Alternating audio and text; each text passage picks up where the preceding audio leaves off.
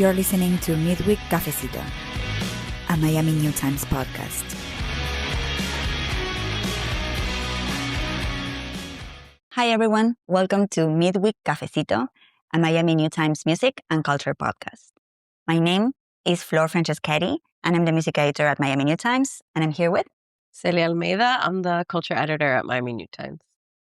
Awesome, and this is our first episode, so we're so excited to be filming here at Jolt Radio. And we're going to start talking about all the things. This was a very busy week for Miami New Times, both for culture and music. So let's get started with a little roundup. Of course, Bad Bunny at the Super Bowl. Benito Bowl. Benito Bowl, that was the First highlight. and foremost. The highlight of my week, your week, many people's weeks, you know.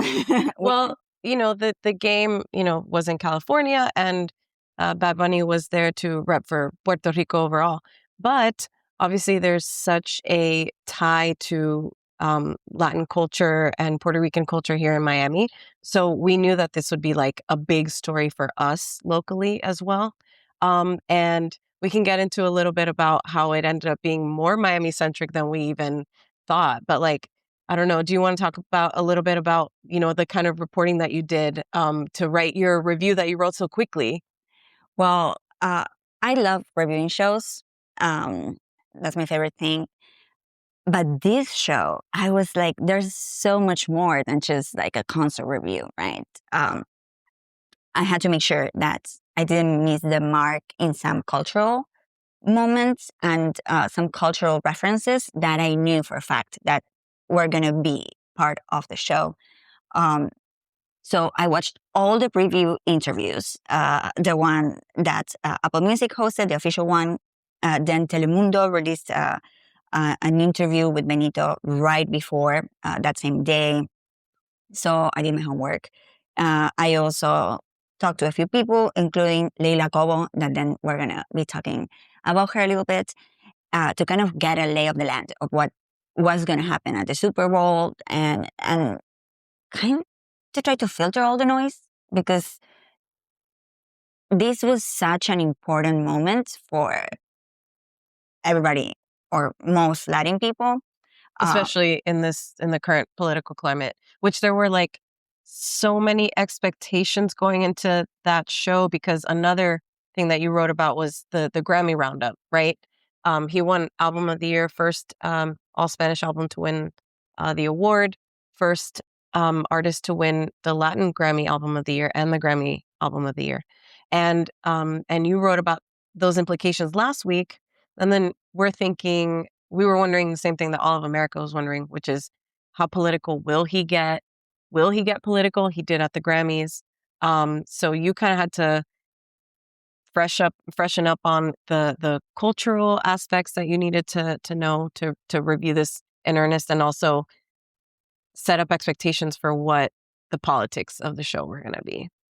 Exactly. And also filter the noise, because since it was such an important moment for so many people, everybody had an opinion, a pre-opinion and then a post, opinion. But to put together the review, main things were, okay, what's the set list? What songs is he going to play? Who are going to be the guests? And is he getting political or not, And in terms of the set list, we saw the perfect balance of songs, perfectly mixed. And, I'm not going to go into detail because it's in the review that you guys can check, miamitimes.com. And you probably know, if you're a Benito fan, you already know the set list. But all the cultural nuances and how he represented small businesses in a moment, brands spend millions and millions of dollars to have a spot at the Super Bowl, and he invited local businesses. That was genius. Then, the variety of guests and the different levels of guests, because of course we had Gaga. I'm sure you cried. Did you cry when you saw it? I didn't cry. I was screaming it has been recorded. I was screaming, but I rewatched it for the umpteenth time today, and I finally cried today. So many emotions. Yeah. But, I think one of the reasons we want to do this podcast is we want to give people a little bit of an inside view into how we do our reporting, and what goes into putting these stories together, both on the online side and on the print side. And one thing that I wanted to impress upon everyone was that how quickly did you get that review up? Maybe it was within the hour, maybe 20 minutes, 30 minutes after the show. So you had to like pre-game with all that information, and then it's like da da da da da da da, and push it. And and it's also, we were coming. Everybody was reviewing that show, but I think it was really important for us to do it because there's such a vested interest culturally in Miami, and you did it. Thank you. But yeah, it was a little bit of pre-write of like the main things that contextualize the performance, and then writing on the spot the different parts that were actually facts that were happening through that. But yeah, very happy. Still rewatching it. Yep. And we wanted to talk a little bit about some of the other reporting that we did this week. A very fun thing that, before we get into that, actually, we should talk about one of the stories that came out on the culture side. You covered the music angle. On the culture side, I covered I would say the most unexpected cameo for me was Gaga, because I'm a huge Little Monster, as is Benito. But, uh, they have a history together. They have a friendship. The one that nobody saw coming was this Alex Earl cameo. And I wrote a piece. There was a lot of chatter online, I would say it was, other than the, Kid Rock Turning Point USA halftime show of it all. Which we review and watch, so you don't have to do it. Yes. So check that out. I didn't do it, thankfully, but someone in our sister paper published that. But and we were published. Yes. But other than that side of it, we covered like the fact that there was an uproar about why Alex Earl was there. Maybe uproar is not quite the right word. It was also confusion. Confusion. And so I covered on the culture side, why was she there? The reaction to her being there. There's been a lot of speculation that Alex Earl is like MAGA, possibly. And people seem to think that was at odds with Benito's public stances generally, and especially after the Grammys, when he denounced ICE and their operations. So, but what we found was that Alex Earl was there. If you were looking at the show, was there with Dave Grutman, who's obviously a huge power player here in Miami. And they're business partners with Benito. So Gecko. Dave Grutman is a business partner of Benito's at Gecko, the Brickell restaurant. But he is now also a business partner of Alex Earl's, because Alex Earl... Who, Grutman? Grutman, because Alex Earl is putting out a reality show, and it's being produced partially by Dave Grutman's company. So there was also a lot of speculation that she was kind of like a last minute addition. Because she wasn't wearing... She was dressed differently than everyone else.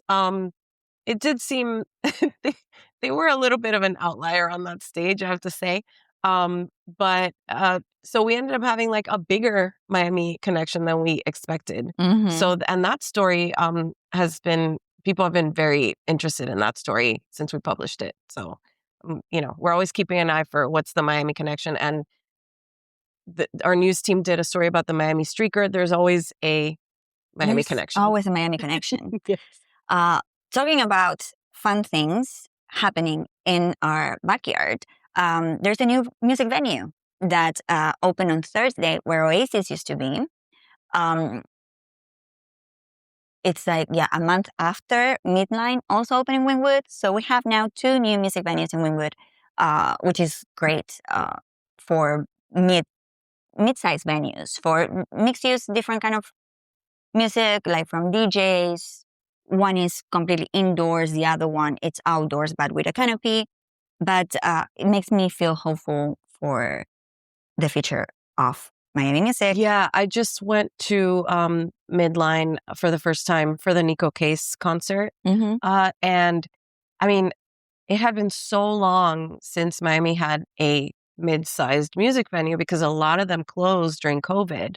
And it was just so refreshing, like it felt like the days of Grand Central, you know? Mm-hmm. And I think we've really been missing that in Miami. And like your section has been covering the new, as you mentioned, the new Oasis or the venue that's now in the former Oasis and Midline. So it seems like that might be kind of a shift that's coming to Miami. Maybe more mid-sized venues are going to start opening up again.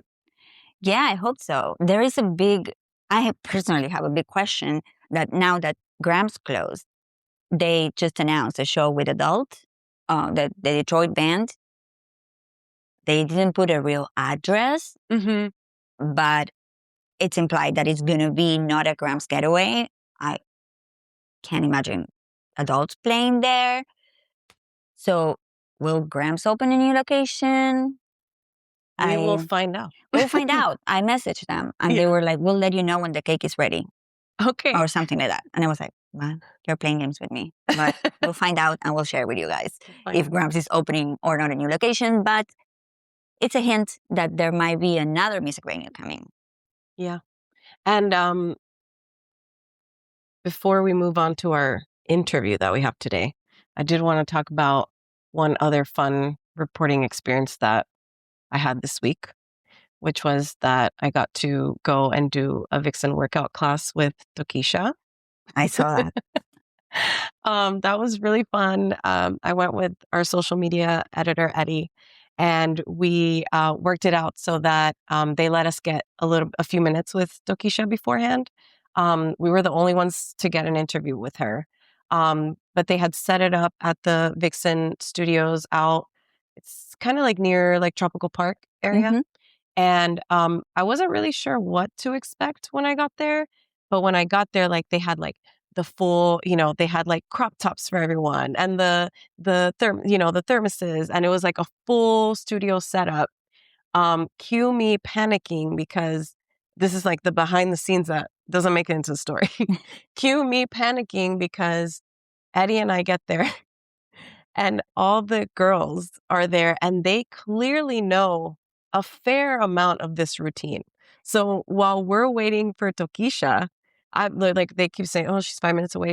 I have to say she was very punctual, which in my almost 10 years of interviewing like artists of all stripes, for the bigger artists is not always the case. And wasn't she late the time where she played at the former Oasis? Oh, yeah. When I saw her at Oasis, that was my grandma self. That was difficult for me because it was like an 8 p.m. show and she didn't come out until like, if I remember correctly, like midnight. It was rough. But yeah. But this time she was very punctual. And so I see all the girls, they're all working out the routine. And and we couldn't jump in to kind of start learning the steps yet because we were waiting for Toki. But then Toki came out. We interviewed her right there outside, again, because since we were the only people that got to interview her, they wanted to kind of keep a controlled environment. But she was great. We talked about her new single, Writing, which is, classic Tokisha, very creative in all the ways that she sings sexual metaphors, basically. And so she talked to us about the new single. She also talked to us about the tour that she's going on with FK Twigs. Unfortunately, she's not playing that one here, although that tour FK, is she's coming. playing here on March 14, if I'm not mistaken. Yeah, so FK is coming. Toki's not opening for her, unfortunately, here. But we got to talk to her for a few minutes. She was really sweet, really funny. One thing that I think is like nice to note, she she just like hugged everyone when she got there. Like she gave me like a huge hug. Like I've interviewed her before, but obviously I don't know her like that. But she gave me like a huge hug. Like she was really sweet. She's really down to earth. So that kind of set the tone, and I felt more comfortable. And then after that, like after we did the interview, they were like, all right, jump. And then so we jump in, then they're like, okay, this is being live streamed on Tokisha's Twitch channel for the Oh first my time ever. God. and other publications were there photographing and all this stuff. I had no idea what I was in I for. saw you in the video. I saw you in videos. Yeah, I had no idea what I was in for, and um, everybody else had like a head start from knowing the routine before, and a like 30-minute head start while we were waiting for the. But you know what? I have to say, I kind of held my own a little bit, and I was like, damn, I might have to sign up for Vixen class. It was really fun. You know what's funny? We have Tokisha on our list of the dirtiest Latin songs. That's appropriate. Yeah, Yeah, that makes perfect on sense. Miami New Times because her lyrics Yeah. are pretty memorable Yes, they and are. fun. Um, Something very important that we have happening is this week is our People to Watch issue. It's a new special edition for print that highlights people that we think you should be keeping an eye on from the different verticals that we cover in New Times, from music to culture to news to food.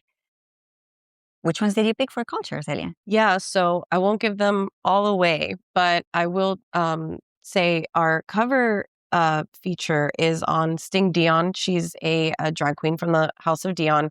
If you've spent any time at our house, you may be familiar with them.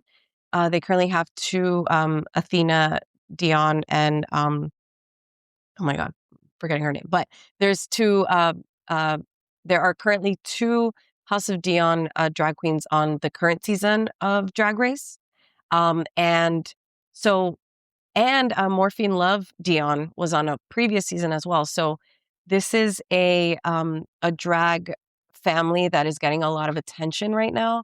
I've been a fan of Sting's for like a really long time. Even before she had like when she had a different drag name back in the day. I've been like a fan of hers for a long time. I've been watching her for a long time. So it was when we were putting together People to Watch series. I thought, in culture, one of the big areas that we cover is drag. And Miami, people say Miami has a drag scene. Miami doesn't have a drag scene. Miami has several drag scenes that are all very unique onto themselves. I've seen Sting a lot recently in like the Kendall scene. And so when it came time to put together People to Watch issue, I thought she'd be like a great addition to it. And she, her visuals are very striking, so she ended up being on our cover. And then we also have folks, again, I don't want to say everyone because you should go check it out. It's going to be in print. It's beautiful. But we have folks from the Florida Immigrant Coalition, obviously doing really important work right now, given the current climate when it comes to immigration. We have Marvin Dunn, who's a Florida historian who has really prioritized um, uh, Black history in South Florida at a time when a lot of forces are trying to erase it. And some of the folks behind The Underline, which is set to be completed this year. Wow, this year already? Yeah, this year. And it's going to be, I have to say, with all the development in Florida, I find, in South Florida specifically, I find The Underline very interesting because it's kind of like an outlier. It has a lot of goodwill among the public, because it is giving us like a public space to run around in and making use of. It's kind of so. It's like kind of like, wow, why didn't we think of this before? Like having a public park under the metro rail. So I think people are really excited about that project. They already have been taking advantage of it for while it's been being built all these years, but now that it was approaching completion this year, we wanted to highlight it in our People to Watch issue. They also do a lot of programming. They recently won a grant that will allow them to have, I think it's 10 free concerts this year. We also wrote about it on New Times, but they do a lot of public programming. So it's an alternative for all the families that live in the area around the Underline and that want something fun to do without having to spend money. So that's great about that too. Yeah. So we wanted to highlight all that, but who did you highlight in music? So I have really interesting ones. One is Leila Cobo, who she was just appointed Chief Content Officer for Billboard, the entire Billboard, global Billboard. For the longest time, she was the Chief Content Officer for Billboard Latin. Leila's story is very inspiring, especially for journalists. She's from Colombia. She started as a pop music reviewer. I'm pretty sure for the Miami Herald. And then she worked her way up. She was one of the first journalists to just focus on Latin music, but like review it in English. So bringing all, what was happening with Latin music to a US Latin audience and US audience in general. And I think she was just appointed last month, which speaks volumes also, if you think it about it in context with like the Bad Bunny win at the Grammys and how Latin music has been raising to the top as like pop music, not just niche.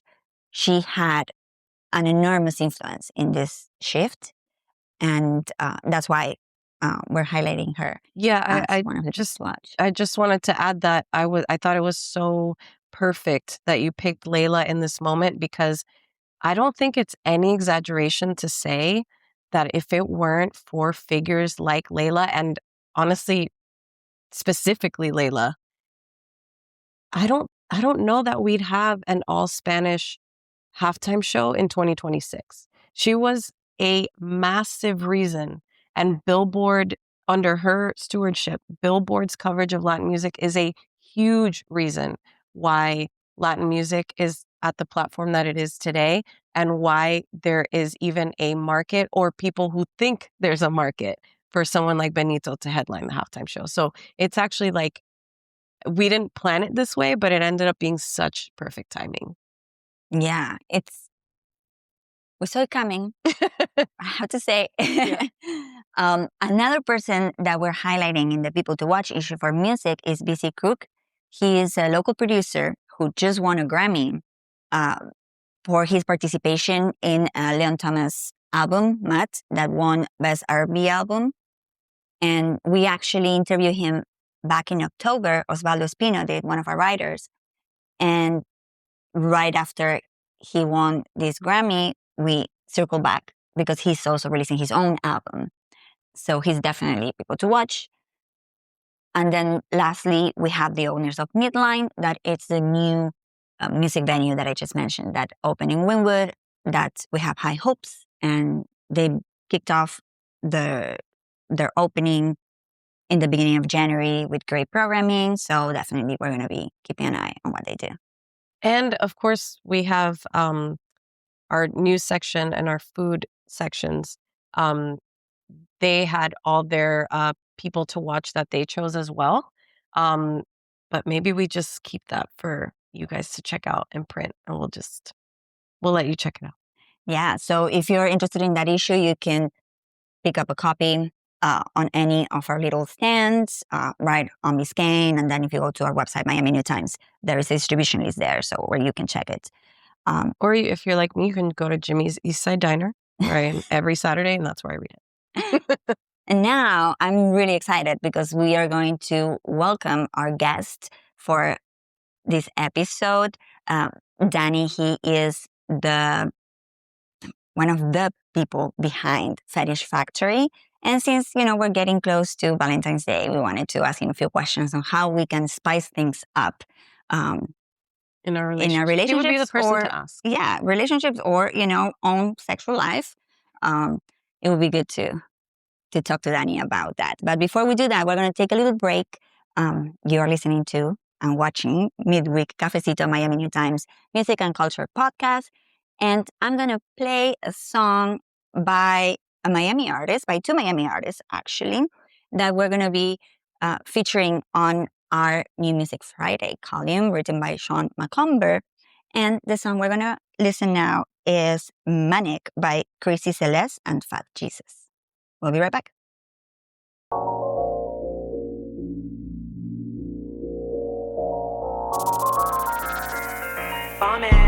Fat Jesus, bless these niggas. I don't even get mad. I get manic if I'm ever talking to your nigga. You should panic in the S580 with a top that's panoramic. Then I'm topless in Tulum in the hammock.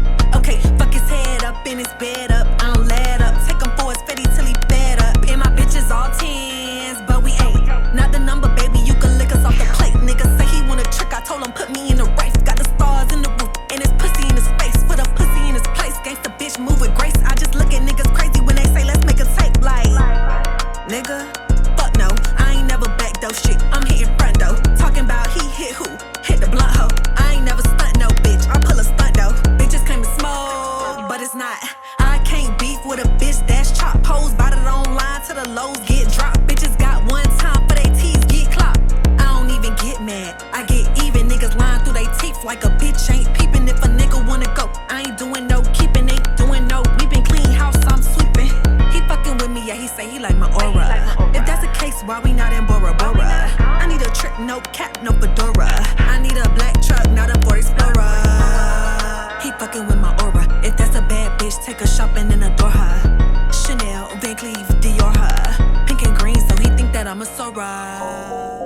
fucking with my aura. If that's a bad bitch, take her shopping and adore her. Chanel, Van Cleef, Dior her. Pink and green, so he think that I'm a Sora. And welcome back to Midweek Cafecito. My name is Flor Franceschetti, music editor at Miami New Times, and I'm here with Celia Almeida. I'm the culture editor at Miami New Times. I'm very excited to welcome our guest, Danny, one of the local partners at Fetish Factory, the longest running strict dress code fetish party in the US. That's a mouthful, but yeah, that's right. Did I get Thank it you for right? having me. Yeah. Awesome. So, Danny, for people who don't know what Fetish Factory is, can you briefly explain us? Give us the cliff notes. Sure, yeah. So back in 1995, the founders, Glenn and Donna, started this whole, fetish partying movement in South Florida. They first started with a small boutique on US 1 and Fort Lauderdale. The movement kind of grew. They grew to a bigger retailer space, which is still there, by the way, in Oakland Park. It's the largest fetish store that's still active, and it has a brick and mortar store in the whole US, as a matter of fact. Wow. And with that, the events kind of began to take shape. They started just kind of like selling, latex and all these like fetish fashions that there really weren't any places to go to and wear them. You just wear them in your bedroom until you kind of got tired. And so for that reason, they began to put together these gatherings for all these people to come in those outfits and party in them. And eventually just grew more and more and more until it was a monthly event, a party that went anywhere from 500 to 1,000 or more. And here we are, 31 years later. And we now have, obviously, the store. We have multiple parties. We have an entire weekend takeover in Fort Lauderdale. And we have a huge Halloween event, New Year's, obviously all the websites. And we're currently growing our community and social hubs so that it is to hope that we are planning and really trying to begin to create a space for the community that can also be for content creation and everything. So we're looking forward to that as well for next year or at the end of this year. And for the initiated, or for everybody actually in general, would you say there are different categories of fetish scenes within the fetish community? Yeah, the reality is that it's tough to tribalize, or we really don't want to, because we try to remain open to whoever wants to come and experience this. So to give it tiers, it just becomes already like a small letdown, right? Or something that you don't want to really participate if you feel like it's too cliquey. So at least for us, if you're curious and if you want to do something different and experience something that, it's not just a pair of pants, it's definitely not, it's a gift that stays with you forever. It's an experience for you to go to one of these events. And you'll definitely meet people that you will never meet anywhere else. And definitely make a lot of friends that will likely last for a very long time, which is what's happened to me and to a lot of people that I've met after doing this for 20 something years. So it's definitely an experience that it's for everybody. All you need is curiosity and being dress code. That's it. Mm-hmm. So the dress code could be like bondage, latex, like what are the things and it's changed through the years. Before they were really strict to just like latex. Then obviously began to incorporate like vinyl. The great thing about South Florida is that there's such a level of diversity here.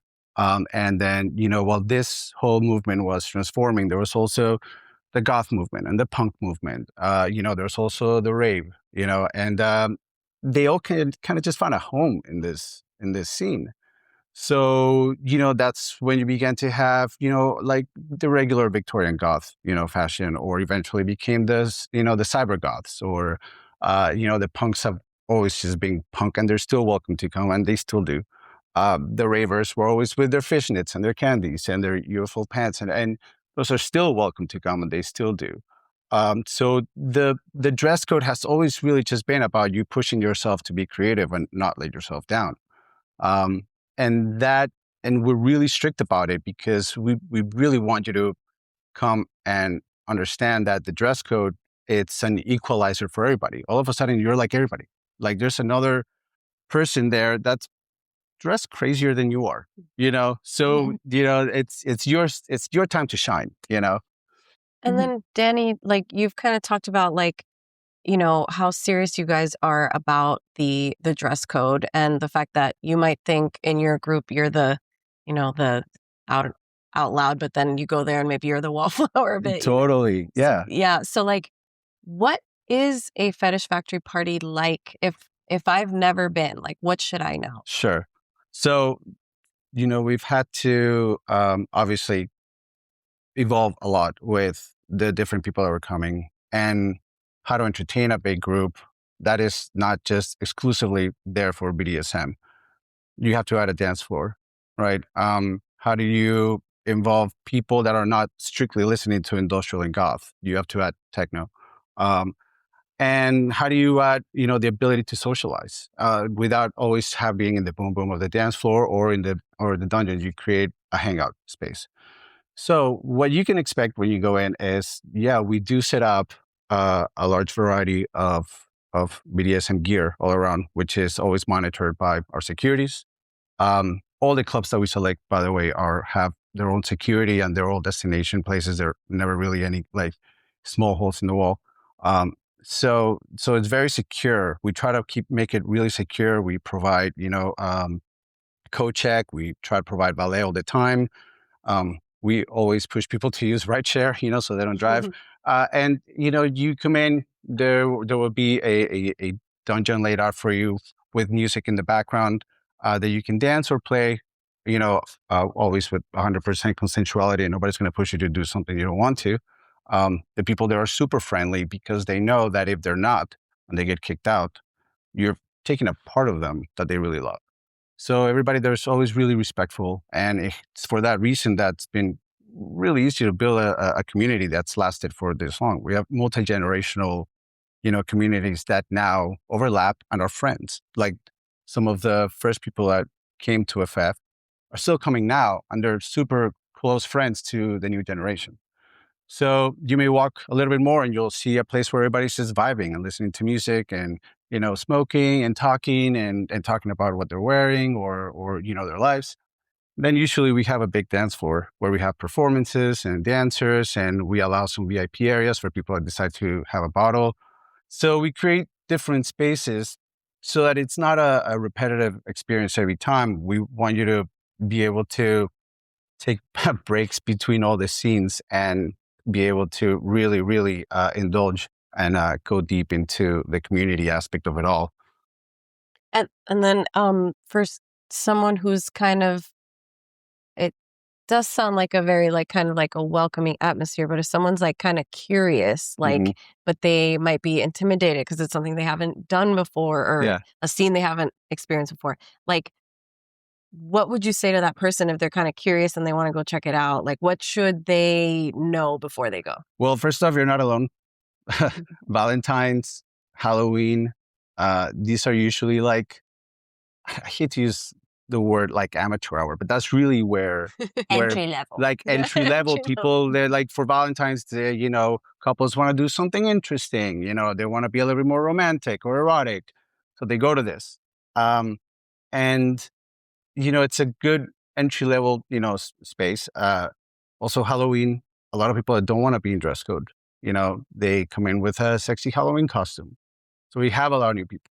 The really interesting thing about it is that from looking at, like all the analytics from our tickets, for example, online, there's a lot of new people every month, and there's no issues. We never have fights. There's never any conflict or anything. And we see them that they kind of rotate, every other month. They begin to show up more and more. And finally, all of a sudden, they become regulars, So that is basically like proof positive that you're very much welcome to integrate yourself in this scene in whatever way, shape, or form that you want, without very little friction, because there is something there for you that if you're looking for it, you'll find an experience there that will resonate with something that you want to experience with yourself. And how did you get started? I want to know your story. Okay, so Take a sip. let me okay. I moved here. I was 14, and obviously I did high school here. I was immediately getting into goth and into industrial, and I was going to like, oh my God, like The Kitchen and all the other old, goth clubs from the time. I mean, so many different ones that were like, what's the name of the mausoleum? Remember on Wednesdays? Yeah. Yeah. At 14, you were going there? No, but later on, I mean, like eventually I was old enough. Eventually I was able to learn about all these things. But like at that time, I mean, there's really, the internet isn't strong enough to show all this stuff to you. And what do? You go to the mosh pit on Oakland Park or Uncle Sam's in Miami and Oakland Park. Remember that? Yeah. And then you would go, you would pay like $75 for like a leather strip CD, and then you would go and you find the flyers of all the parties that you want to go to. And that, I love that stuff, So eventually. That at Uncle Sam's was where I picked up my first Miami New Times copy. That sounds, look at that sounds exactly like that's the way it would be. Yeah, I mean, and that's where those were your hubs at the time, where you would be able to kind of like, get a footing. And eventually I picked up a Fetish Factory flyer, and I went to the first event, and it was obviously sensational because he was everything I wanted. He was the fashion, the makeup, just like the most insane characters all having a blast, insane music. I mean, God. And I was so excited. I picked up the flyer because they always give you flyers at the end. Picked up the second flyer, and I know that it was 30 days later. Whole month preparing for this. And I was so excited to be there that I drank too much in the pre-party, like in the pre-gaming at home. By the time I got to the event, literally walked in. 30 minutes later, I walked out and I called an ambulance in the corner to take me to the hospital. I had gotten like a couple of points. I know, I was so mad. I had like friends there, like it was so bad. But here's the worst part: it's like getting picked up in in an ambulance, in vinyl pants, fishnet, and like makeup like this, They're we know what your problem is, sir. Yeah. Let's hydrate this person. It was the saddest night ever. At 18, you're crushed, Yeah. So it's that is my story. And then I just kept on coming back. Eventually, it speaks to how welcoming it is that you've had the guts to go back. Oh, yeah, because, I mean, guess what? I was... definitely nobody knew my face, then. And when I just felt too terrible, I'm like, I can't be here. No, I gotta leave. And I ran, ran with my shame at 18. And a few years later, I met the owners, and got a testament to just how like ridiculous I was when I was younger. I'm like, I want to go dance with with like the girls and the dude up there. I can do it. And obviously, I tried out. I must have done some right because I did it all the way through 27. So I think I started like at 19 all the way through 27. At that point, I had enough.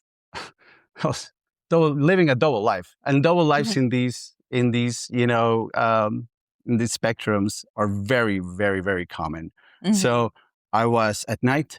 I would go put on my outfits, like our latex or vinyl, all my makeup and stuff.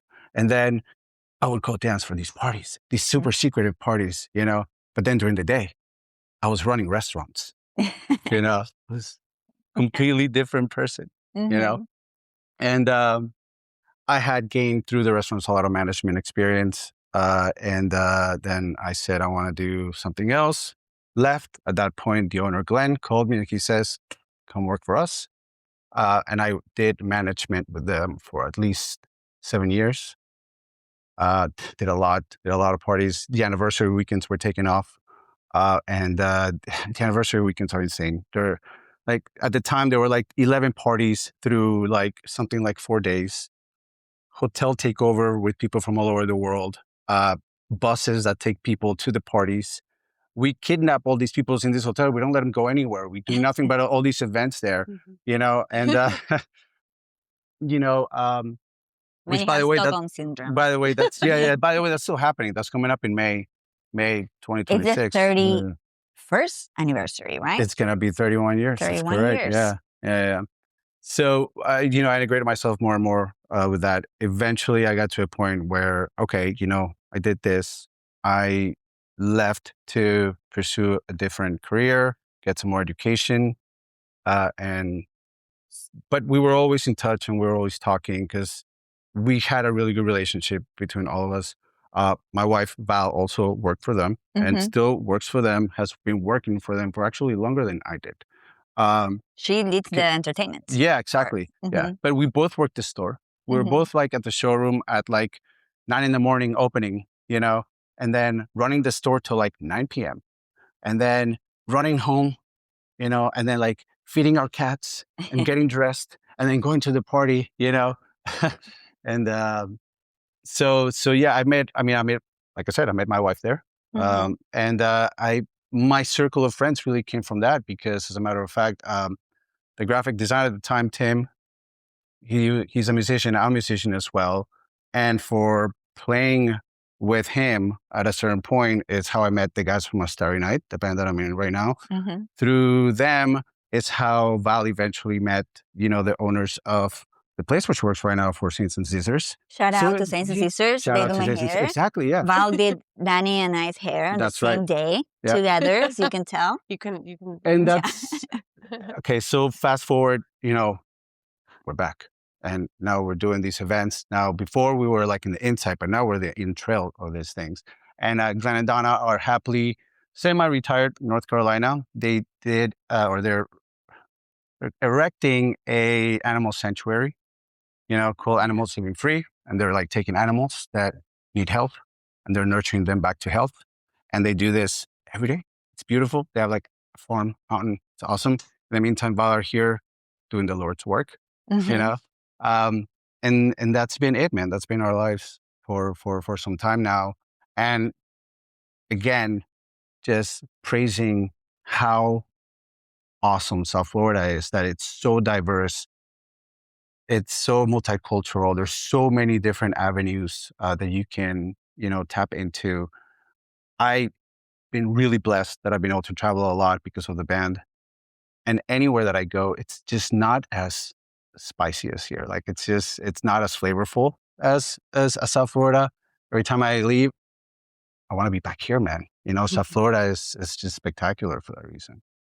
And what do you think,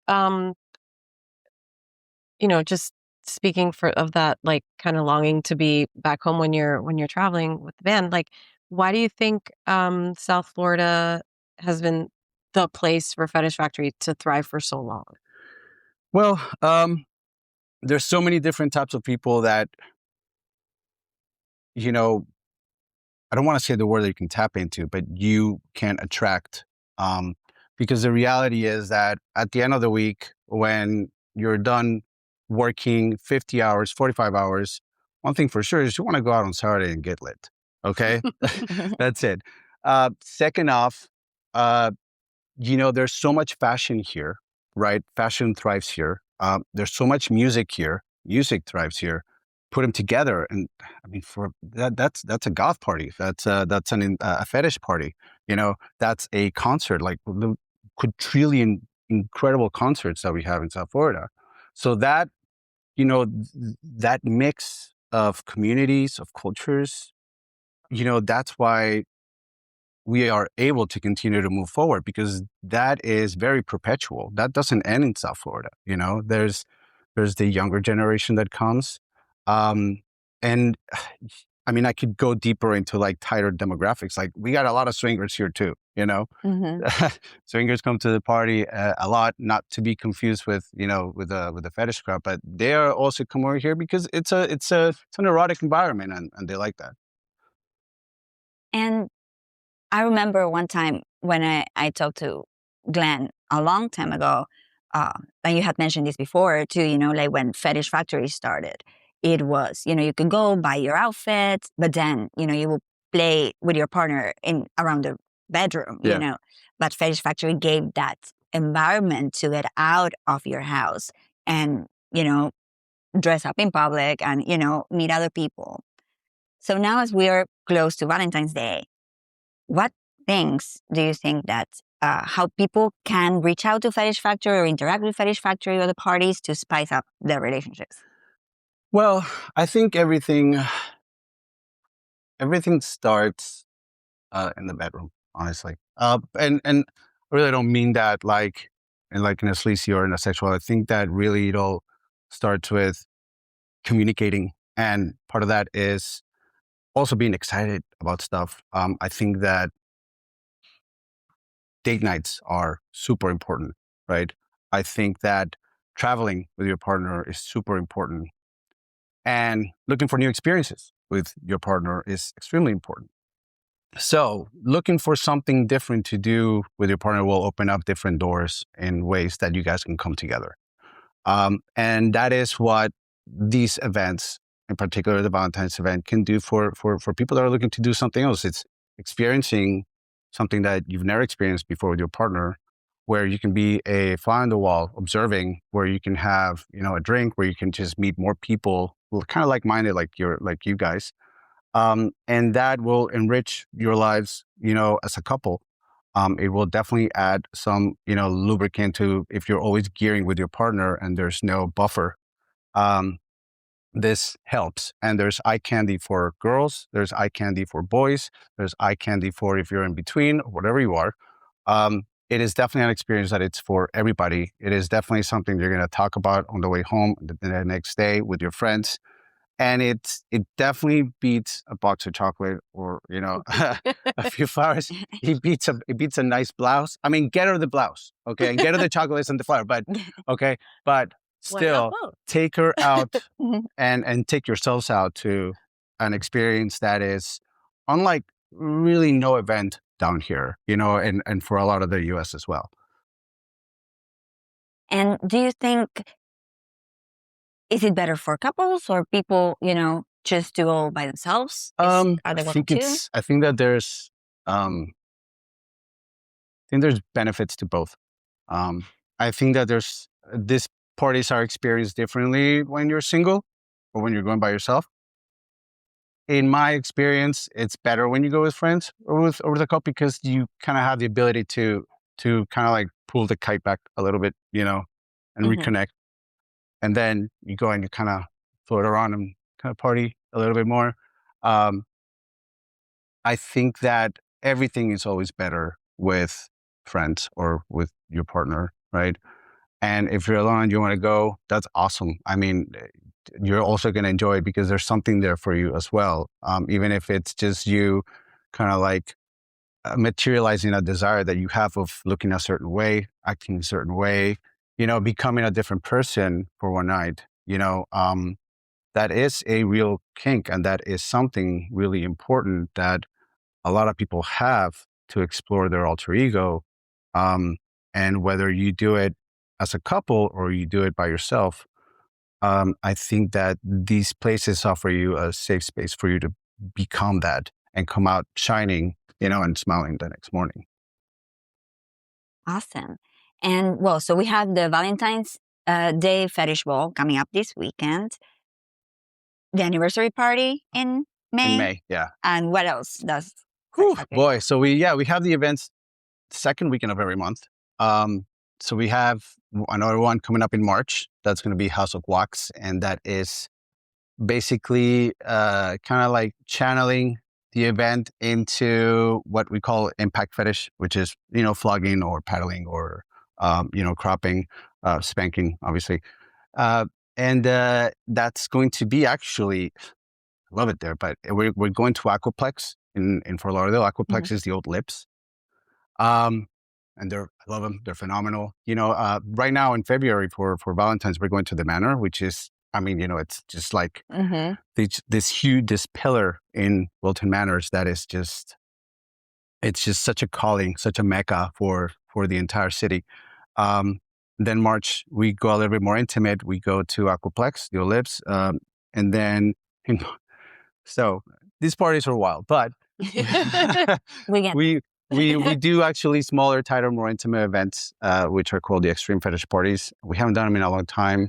And we really limit them to like 150 people in a tight box, in like a super sexually charged box. We don't let you in unless you ask us, you know?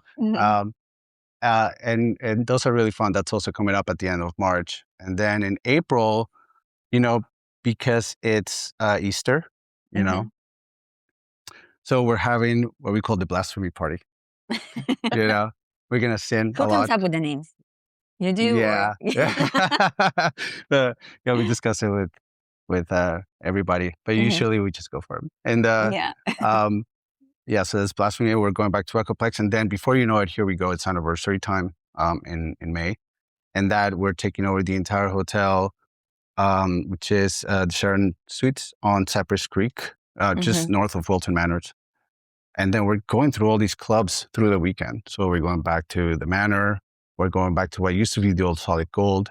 And then we're hosting huge parties within the hotel. We're doing we've been doing hotel takeovers where we literally go to like the maintenance guy and we tell him, you need to turn off all the lights in the hotel. Oh, no, we can't. It's illegal. You're going to call the cop. No. Tell them all off. I only want red lights in this entire hotel. And because there's like a huge atrium, you know, you really just kind of like go into like this like ghost house. It's like a haunted house and it's dark, but you know, everybody's just like shiny and beautiful. And then there's like, we put DJs and it's really killer. Like it's again, an experience that it's just wonderful. There's nothing like it anywhere. And we get people from all over the world that comes to this, and we have performers from all over the place for it. And that is like what we have all the way through May, man. And before you know it, it's the summer lineup, and that we change it up a little bit. We're thinking about doing like a music festival. We're dying to do something like this. We're actually going back to Culture Room for May for part of anniversary. And with that, we're kind of like, you know, spinning our wheels to do something like that is more like music oriented, which we've done in the past. We've done other musicians in the past. I want to say like a long time ago, we had like Janet Tortures, you know, perform. We had, what was the name of that drum and bass duo that was from here some time ago, a few years back? Really popular. Anyways, we've done the music thing. And actually a Starry Night has concerts. Yeah. And a Starry Night played there as well. Yeah. So it's kind of, we want to go back to the music thing too. Yeah. Nice. We film a video That's for a Starry right. Night, Yes. and I started the video. Oh my gosh. Oh my God. Well, Yeah. Yeah. But music related and to South Florida and Miami. yeah. And that's again what we're talking about, this like coming together point of all the things that we're talking about. Like it's not just a small world, but it's a combination of everything. So that's what's so great about this place.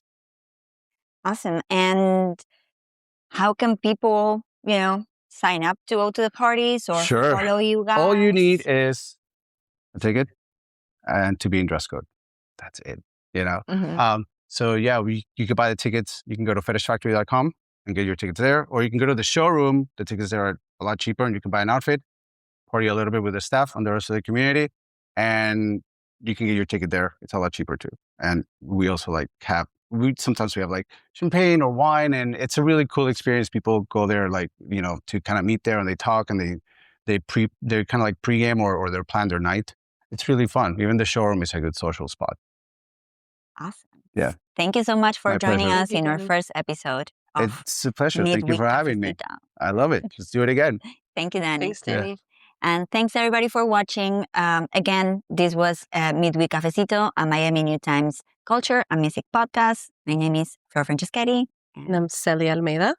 Make sure to follow Miami New Times on socials and go to miaminewtimes.com to follow up with everything that we have going on. We post about Miami culture, music, food, news, everything. Goodbye.